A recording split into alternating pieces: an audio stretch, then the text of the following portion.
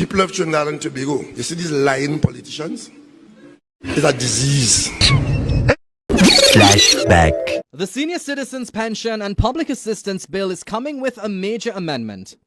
Under the requirements to access a senior citizen's pension, the government is now proposing that if you have over $25,000 in savings, you cannot qualify for an old age pension. But the Social Development Minister said such measures are necessary to ensure people do not abuse the system.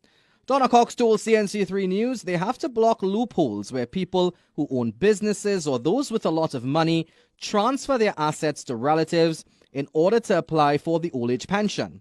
Minister Cox said the senior citizens pension is a grant for the poor and vulnerable, and these amendments will ensure that the people who need it get it. A few moments later. Government is now walking back the controversial pension bill, which would have seen people with a savings of over $25,000 become ineligible for old age pension. Speaking at a media conference a short while ago, Minister of Social Development Donna Cox said it was not Cabinet's intention to affect the savings of the elderly. And now Attorney General Reginald Amo is saying the bill will be scrapped and brought back. There was never any requirement with regards to savings. It has always been income-based. No requirement with regards to savings.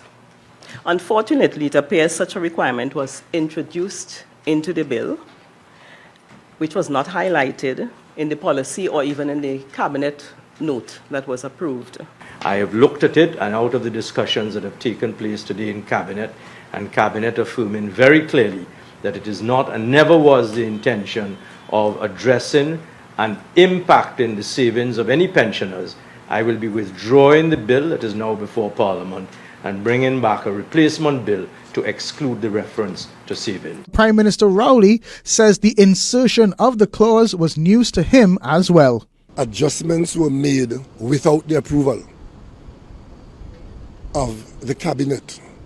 You might ask me, how can I tell you that?